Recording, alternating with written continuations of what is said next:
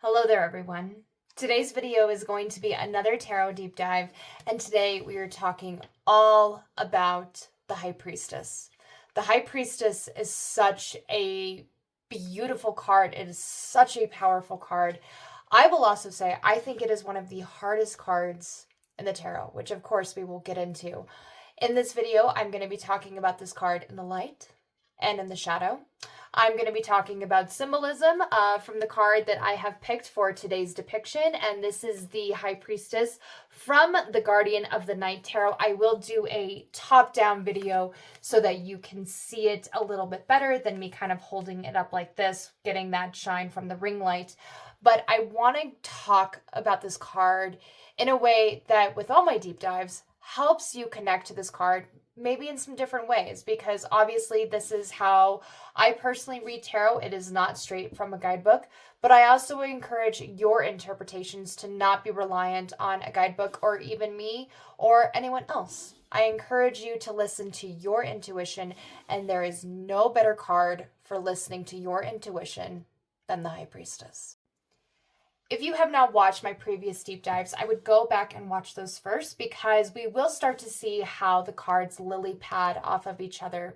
So my last deep dive was, of course, the Magician, because we're moving in a linear fashion, and the Magician is card 1. Now we have card 2 with the High Priestess. And just to quickly recap what the Magician speaks to. The Magician speaks to awakening to your own magic, which is therefore to awaken to the magic of the world, and vice versa. Awakening to the magic that you find in the world is to awaken to your own magic, because it is the same force. And once we awaken to that, once we tap into that potency and we start to bring that palpable force, that felt force of that magic, of that power, of that conviction, of that drive, that determination to bring something into being, we then move to the High Priestess, who says, now that we have awakened, now that we are aware, we need to drop even further. And we need to drop even further by actually listening. What are the messages that this force, that nature, whatever our muse is, our muse that was kind of already conjured into being with the Magician, now we're being asked, what does it have to say? Now, again, I love this card. I think that this card is beautiful, but it is not an easy card to sit with. Now, I do have a tarot key that I have created. It is a PDF digital download that you can go to my website and you can purchase for a whole $12 or $15. I will put that link in the show notes, because it has basically some key points for each of the 78 tarot cards. It has at least 3 for each of the 78. It does not include reversals, because reversals we start to kind of get into some maybe more gray area where with upright meanings, some people don't read reversals. Some people may have a very different view of reversals. So it is only upright meanings, but again, I created this PDF with love. You can go and purchase that. But the first way that I read this card, which you can find in that tarot key, the first way that I read this card is that it speaks to listening. Just listening. Once we have tapped into that muse, that we kind of again started to connect to with the Magician, and really even connected more into it with the Fool, because the Fool kind of begins this whole connection into something bigger. Like the Fool is just taking everything in, right? And then once we start to take it in, we're kind of like, now we have to take the first step. And the first step is the Magician. And that first step creates and manifests, or starts the process of manifesting this particular journey in the unique way that it's going to unfold. So with the Magician being that first step for the Fool, being that kind of first step in the journey, with the Fool, we have this sense of, awe, of wonder, of this ignorance, but this ignorance in a way that leads to just, this arriving at the apex of manifestation. And then once we move from the Fool to the Magician, that apex of manifestation takes hold because we have to take a step. Are we going to step off the cliff, which, we don't want to do? Are we going to step away? Are we going to find the path down and go into this bigger landscape, into this broader world, and then start to make things happen? And the magician is that first step in the manifestation process. And once we do that, then comes the high priestess. And the high priestess comes in and says, we've taken that first step. We've listened to our muse. We've listened to our heart. We've listened to our spirit. We've conjured, we called in, we connected to something so much bigger than us. We became aware of the magic that is within me, that's in you, that's in everything. Now we need to drop even further. Now we need to listen. Now we need to receive. Now we need to answer the magical voice that is intuition. And the reason that it's a magical voice is because, one, our intuition is both not logical. It is a way of knowing, of understanding. It is a perception. It is a protective measure. It is a way of gaining information and understanding a situation without the evidence beforehand. It is a way of understanding situations without maybe being told something. So that is already magical, because magical does not operate within the logical purview. It does not always keep us rooted into the physical, into the rational, into the logical. We can certainly do things to help anchor us into a supportive practice that we can easily see and process, like working with the elements, with nature or something. But sometimes we have to really suspend being connected to the logical and the reason and the rational. And that is where the high priestess comes in, because she is not that. The other reason that our voice, that our intuition is a magical voice, is because it is a voice that ebbs and flows.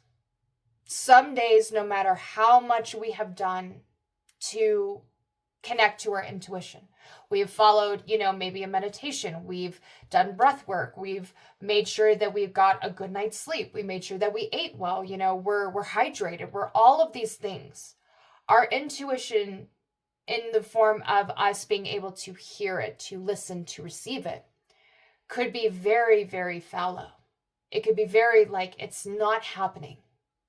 And that's because our intuition not only is a soft voice, it's a voice within, which automatically makes it a soft voice. But it ebbs and flows, just like the moon cycle.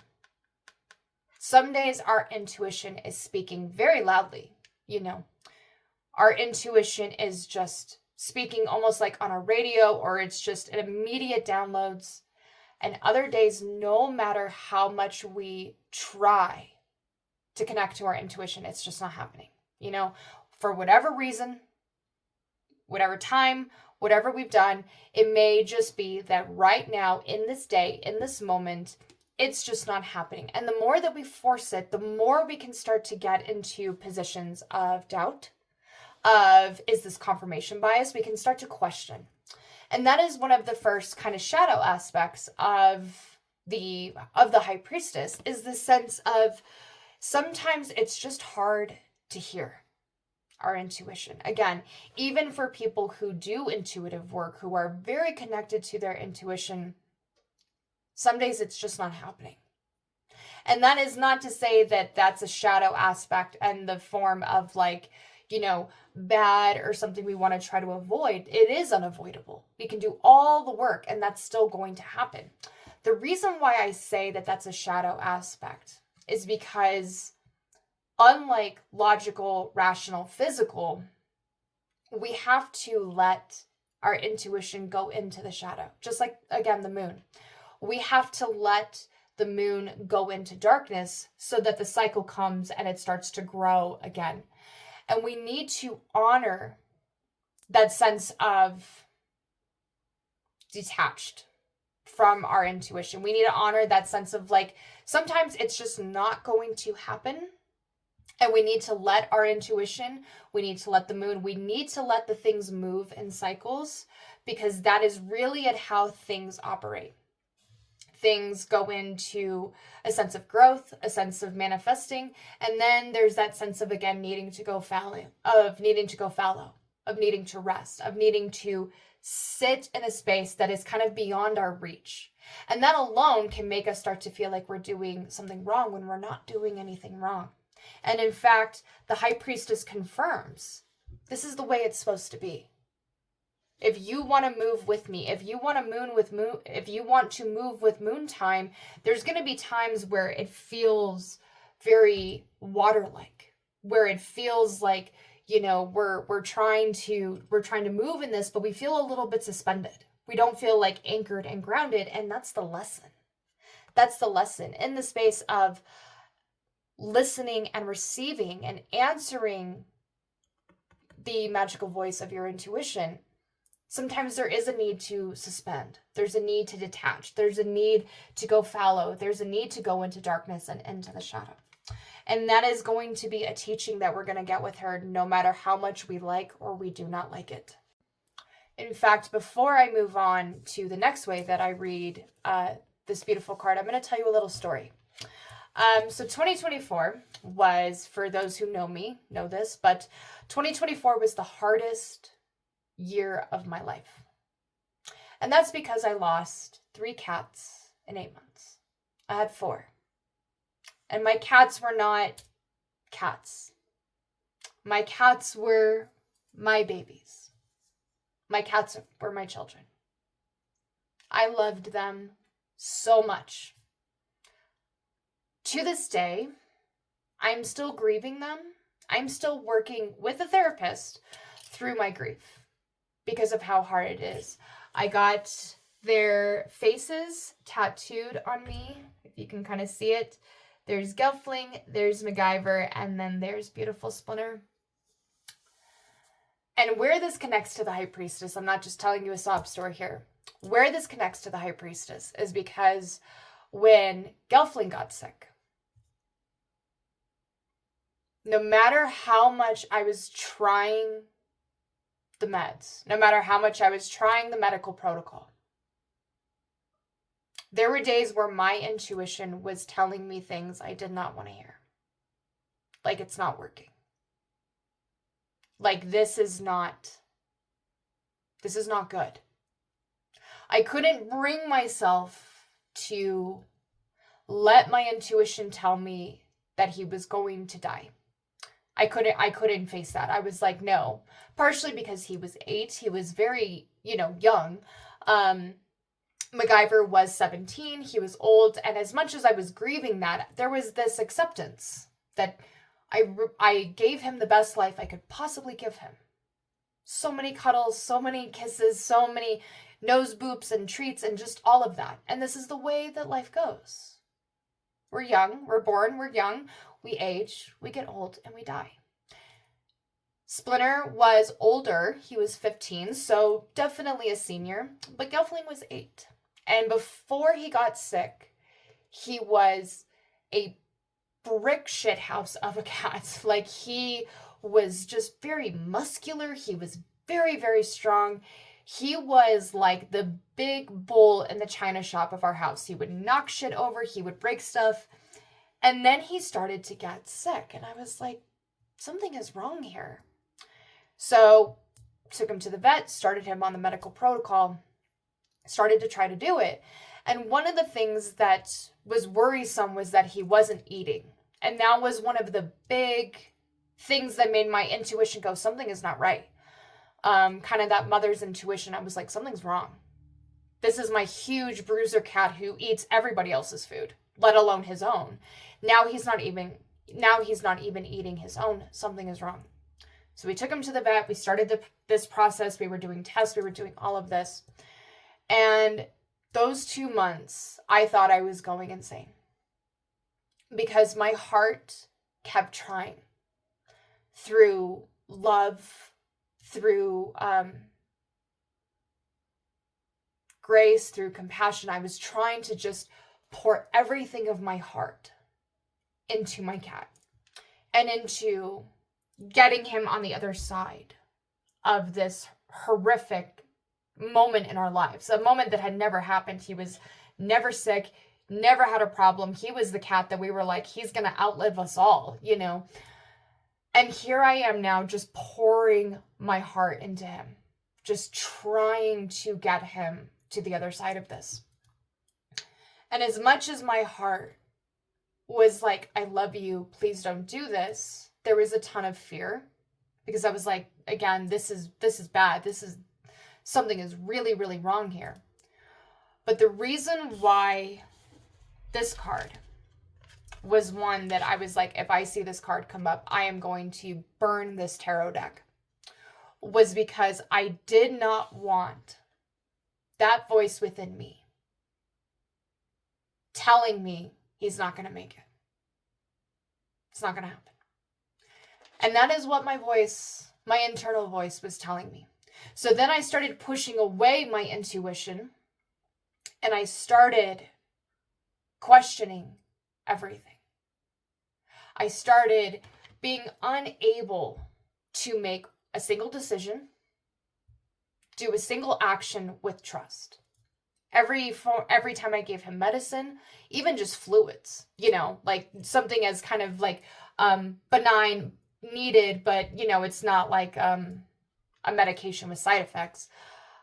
Even that, I was like, well, am I doing this right? Should I do this now? Should I wait an hour? Should I not wait an hour? Should I do it with food? Should I do it without food?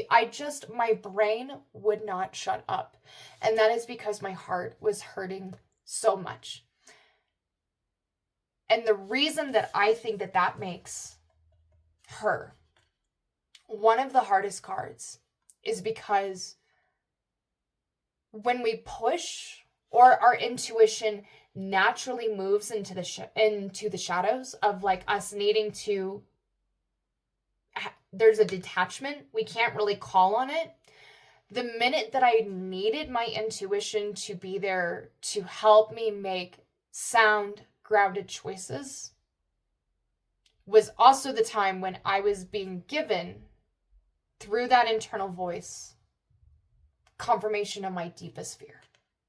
And that is not everyone's reality with her all the time. I'm not saying that when she comes forward, she's going to tell you your deepest, darkest fears. My point with this story, and the reason why one of the hardest aspects of the High Priestess, we cannot outrun our own selves. She confirms this. She confirms that when we connect to our internal voice, when we listen, when we receive, when we answer the magical voice of intuition, that means that she's going to come forward. You know, again, when she moves more into the growing light of like a full moon or a louder voice, she's going to talk to us. And sometimes she may say things, tells me things I do not want to hear. Sometimes our intuition is there when we don't want it to be there. It's telling us things we don't want to hear, so then we push it away.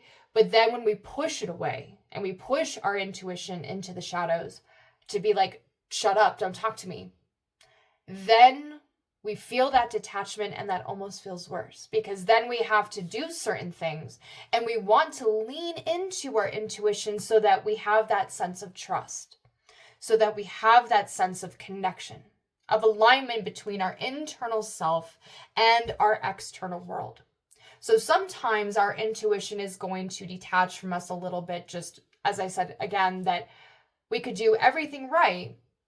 It's hard to hear. It's whispering, and we're in the middle of hurricane-like winds. You know, sometimes it's just like that. But sometimes it's going to also give us messages that we do not want to hear. And then we may push it even further into the shadow to be like, shut up, don't tell me this, but also be here and support me and help me trust and align and do the things that I need to do. Well, the problem is that it doesn't work like that. And that's why I think she is one of the hardest cards to work with. Because It doesn't work where we just get the beautiful downloads, but we keep the other downloads at bay. To listen and receive with her is to connect to all of it. It is to connect to every part of our intuition in the ways that we can. And again, even that is liminal, even that is in flow, even that ebbs and flows in the cycle of receiving and detachment. One of the other ways that I read this card is that she speaks to incubating, holding, and then shepherding those invitations and those energies back and forth between the veils of self and external, between spiritual and material, between life and death. When working with her, a lot of times there's not actual physical work that we're doing. It's more in a space of letting our internal voice, that deep sacred voice within, talk to us. And that might be in meditation. That might be through breath work. That might be through pulling cards. That might be in nature. But sometimes we just get these downloads. We didn't even ask for them. We're not doing a work. We're not in ritual. We just get it. And then the thing is with her is that we have to just kind of sit with it. Again, it has to just kind of incubate within us. Like that intuition, that voice, that felt palpable connection to our way of knowing. But it's not logical. Again, it's not rational. Sometimes that just needs to sit. Like a seed, it just needs to sit in the soil so that it can eventually come into bloom. And that may be a challenge. Again, that may be hard because we're often very conditioned, or we have this pull within us to receive and then just immediately do. Like, how do we receive and do something with it or put it into action or whatever? That was one of the very other hard things with me with the situation with my cats, was the minute that I would start to receive some of those messages that I didn't want to receive, I was like, let me counteract, let me pivot, let me do something. And what I should have been doing was sitting with that. Just sitting. Not trying to do something to make the message go away, to try to rewrite the way things were physically happening. I should have just been sitting with that, because I would have recognized that one of the things that my intuition was trying to tell me, was trying to kind of in a way protect me, though it did not feel like that at all, was it was trying to get me to face my fears beforehand. But when we allow the self to be an incubator and a container for these truths, for these understandings, for these downloads, eventually we will act on it. Eventually we should act on it, because again, at the veil between the internal and the external, the self is the shepherd, the go-between. We receive a download in, we sit with it, and then we do something based on that. Maybe that's a spell. Maybe that's a ritual. Maybe that's being out in nature. Maybe that's doing some sort of divination work. Maybe it's journaling through something. Maybe it's shadow work. It's connecting to our inner child. Whatever it is, we do something, and then our external world is shifted because of the work we're doing internally by listening to our intuition. And where that can become incredibly beautiful, because as I said before, we can't escape ourselves. We can't. We cannot outrun ourselves. And when we start to do the work of connecting to our intuition, that means that we can get intuitive downloads that come out of ritual, out of spell, away from the altar. We cannot outrun ourselves, which again can be very hard, but in a way that is so incredibly beautiful. It was so incredibly transformative, because then what it means is that we can't outrun ourselves. So how do we use this in a way that serves? How do we connect to this in a way that transforms our life? How do we listen and receive from the first way that I read her, and then incubate that, hold that, sit with that, so that when it goes into the reality of our lives, it becomes a factor. It's more in alignment. It's more connected to what we want or what we need. It's more in the space of wholeness, which again speaks to the beautiful moon, which rules the High Priestess. The moon moves through the cycle of dark to light. It moves through the cycle of waxing and waning. And then eventually the cycle teaches us that not only do we move in cycles internally, like connecting to our intuition, but then there's this wholeness. There's this awareness of power that, there will be a time where the full moon, or where the moon is full and it's bright and it's beautiful and it's illuminating. But how can I prepare for that time? How can I prepare for the full moon of my intuition by making sure that I'm connecting to my altar, talking to my guides, drinking, eating, meditating, being in nature, away from social media and the screen? How can I do this stuff to support that? And then we start to move more in a rhythmic flow within our own lives. We start to move more in cycle between the internal and the external. Because if we can't outrun ourselves, which again we can't, she teaches how do we actually use that as a way to drop in even further and connect and integrate and do and find compassion and grace and love and connect to our emotions. If we can't run away from ourselves, how do we move then in rhythm with ourselves? How do we move in the rhythm between the self internally and the self in the external world? How do we use our intuition as a way that serves? And even when it's giving us things that we don't want to hear, that are really hard to hear, how can we even use that? Even if using that means I'm going to journal about it. I'm going to pull another card about it. I'm going to sit here and connect to the medicine of tea and water and earth and feel supported and rooted. How do we use all of it in a way that serves us? One of the last ways that I read her is that she speaks to an uninhibited spirit. She is sovereign, and that intuition is a birthright. And that is very, again, transformative. There is a part of us that is ours and ours alone. No one can touch. Even people who love us, who care us, who may know us the most in the world and are truly safe people. She teaches that there is this sovereignty, that we need to get comfortable with that. Again, we need to trust our power. We need to trust our capabilities. We need to trust our ability to become aware, to hold understandings that maybe didn't come in a rational way.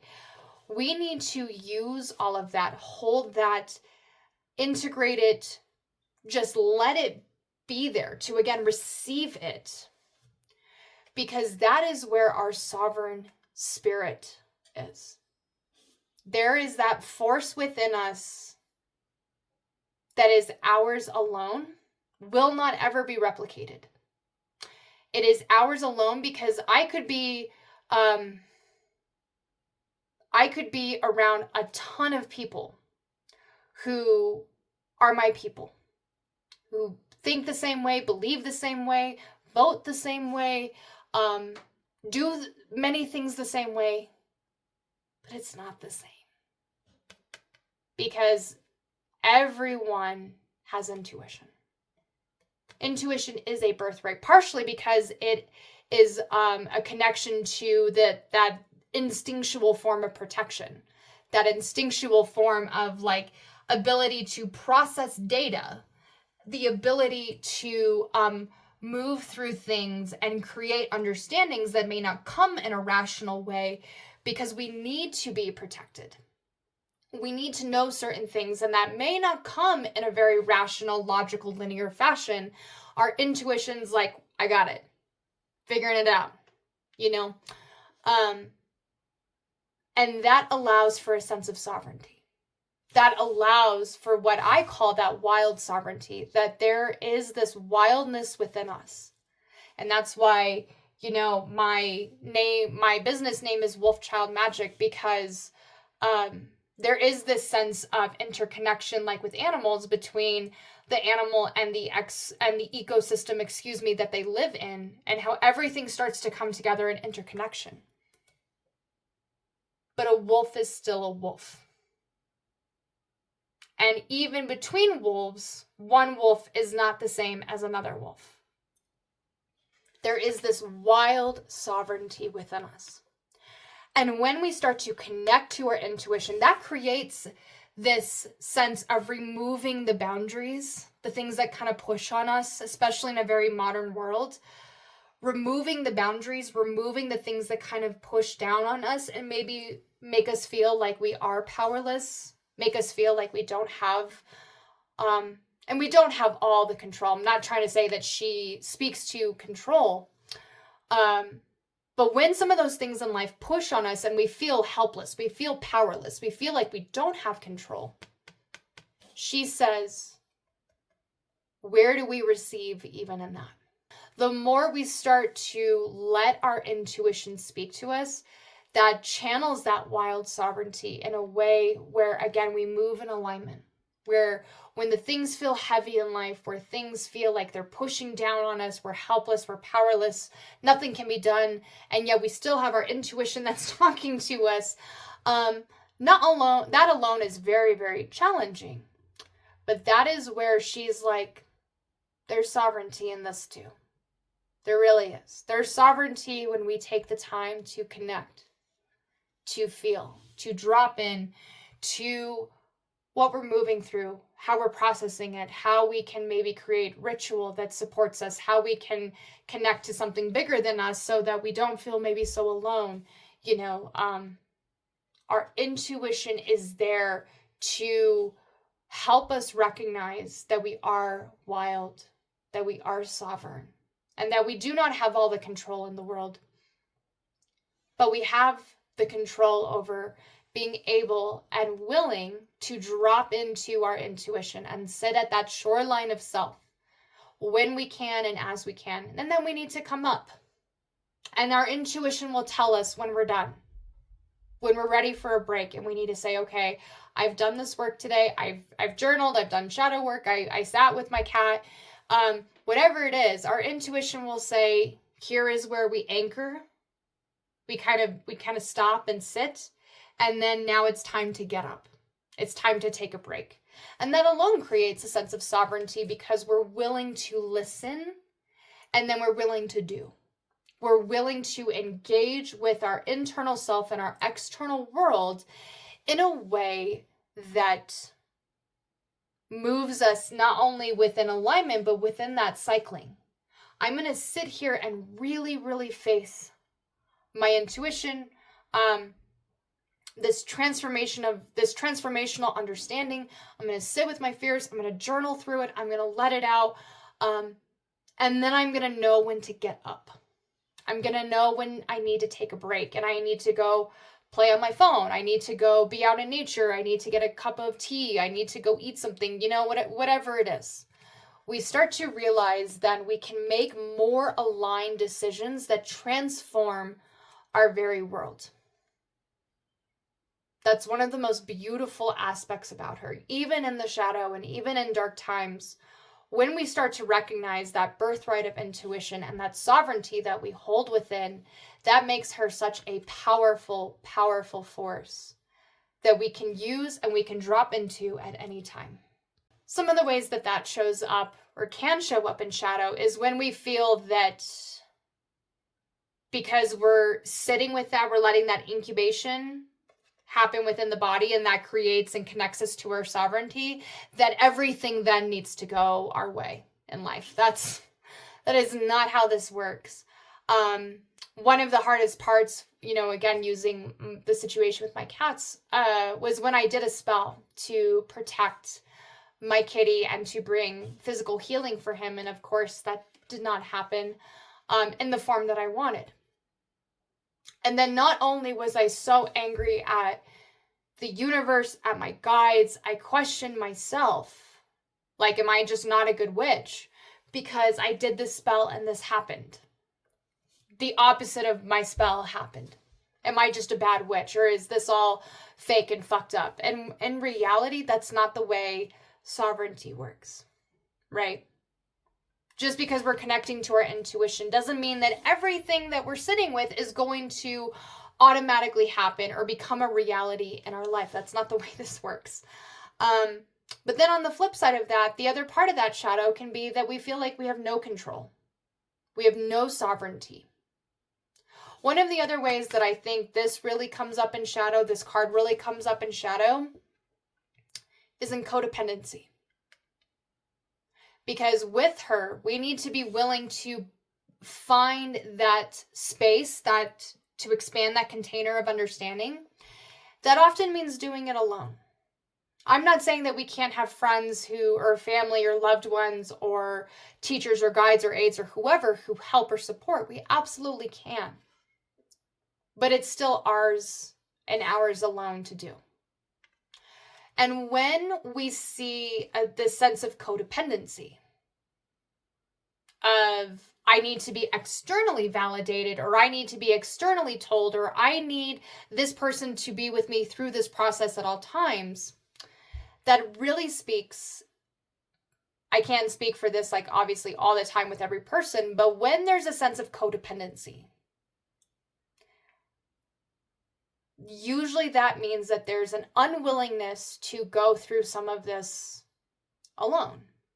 That doesn't mean we're alone. But again, we're all sovereign to ourselves. So before I do the top down and show you that card, I want to do this card really quick because there's a few things that I want to highlight here. So one of the things is she has the Torah, the book of divine knowledge. She has the pomegranates, which kind of symbolize fertility, abundance.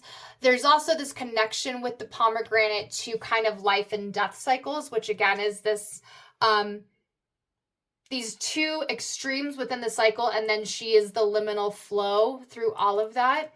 There is the physical veil, which highlights, again, as we talked about, between the shoreline of self within the internal and then the external. The veil also represents between the spiritual and the material.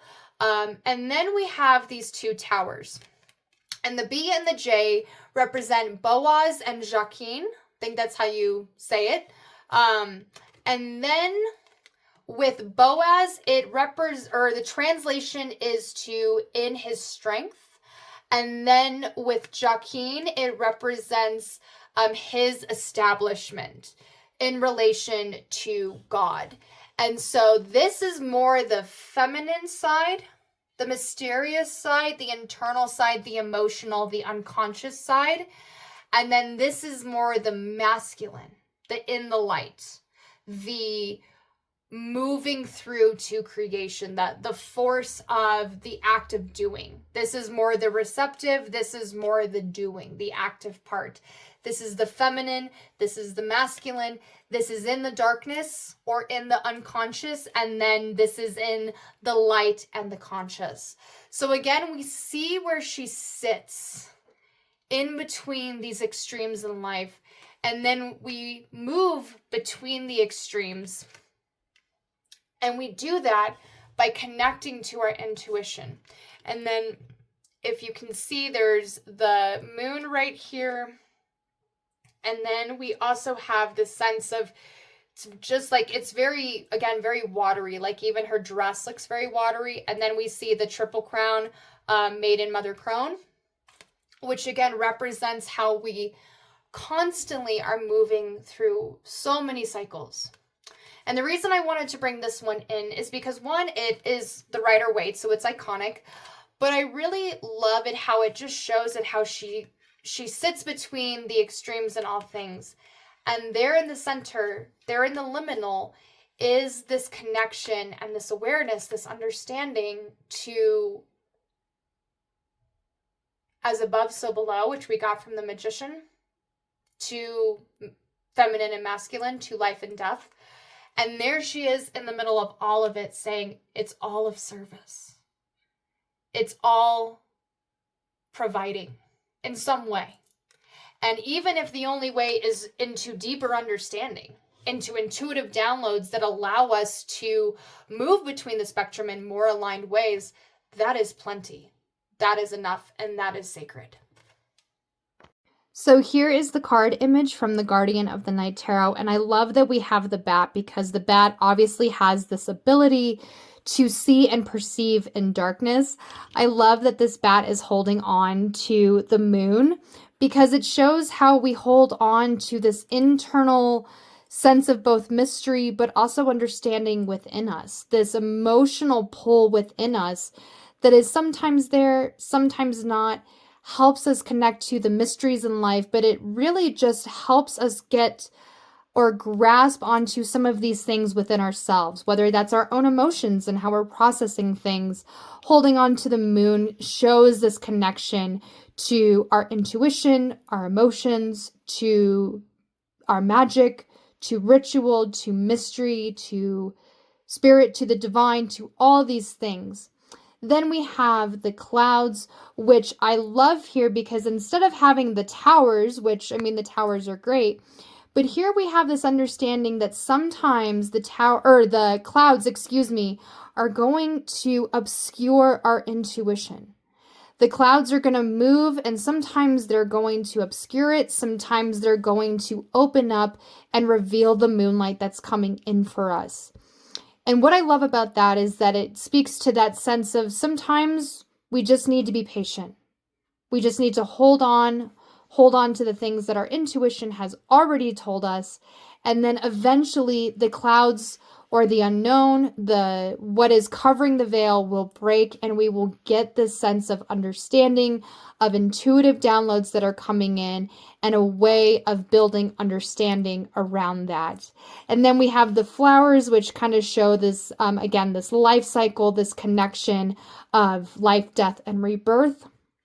We have the beautiful stars, and we have the shooting star right here, which I think is just such a wonderful touch because it reminds us that there is signs that we can look up to, that it's not all us. You know, that sometimes when we see a sign or an animal, or for some people it might be a song, you know, sometimes these things come in that pull us out of the funk and help us immediately build a sense of connection, a sense of wishing or insight, or just pulling on the more sacred parts of us so that we can go about the rest of our day maybe just a little bit more deeply connected to the self.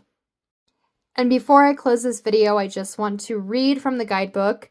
It says, can you imagine being a bat, hanging there in the night air, taking it all in without feeling a need to impulsively act on every breeze that brushes by your head, using all your senses to their fullest? Your long, slick wings wrapping around your body as if to make a peaceful cocoon that camouflages you in the trees.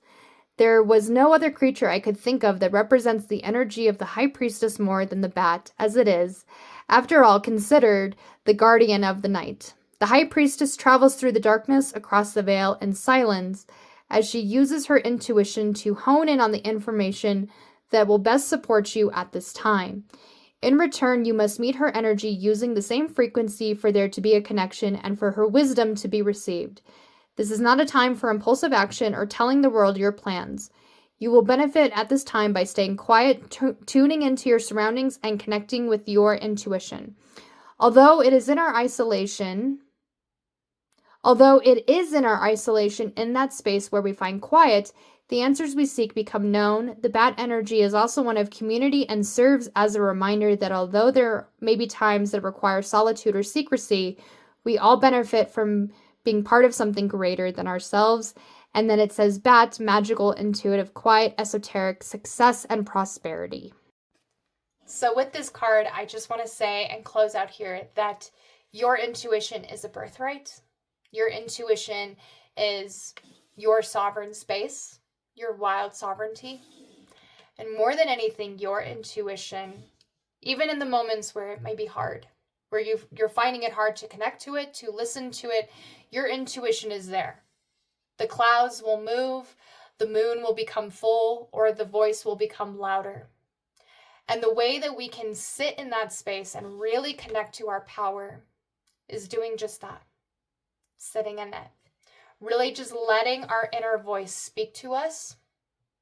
Trying as we can, it's very human, but trying to remove doubt, lack of trust, and disconnection. Now that's still going to come, and we can be gentle with ourselves. We can just allow for patience. We can have grace and compassion, of course, but really just kind of recognizing that this is a part of us. It's part of every single one of us. And so how can we use our intuition in a way that serves? How can we use our intuition in a way that aligns us to our external life even more? How can we build the container for incubating and holding on to those emotions, those downloads, that magic, that mystery, and the unknowns? How can we do all of that? How can we just receive and listen even more so that when we're ready, we can answer we can answer the voice of our intuition. We can do what it wants. We can align even more in a way that serves. Thank you so much for watching. Let me know your thoughts on this card down below. This is one of my personal favorites, but she is definitely, I think, again, one of the most challenging, which again makes her one of the most transformative. So thanks for watching. If you like this, please follow along as I go through the rest of the deep dives, and I provide you other videos all on tarot witchcraft and wild sovereignty. Take care.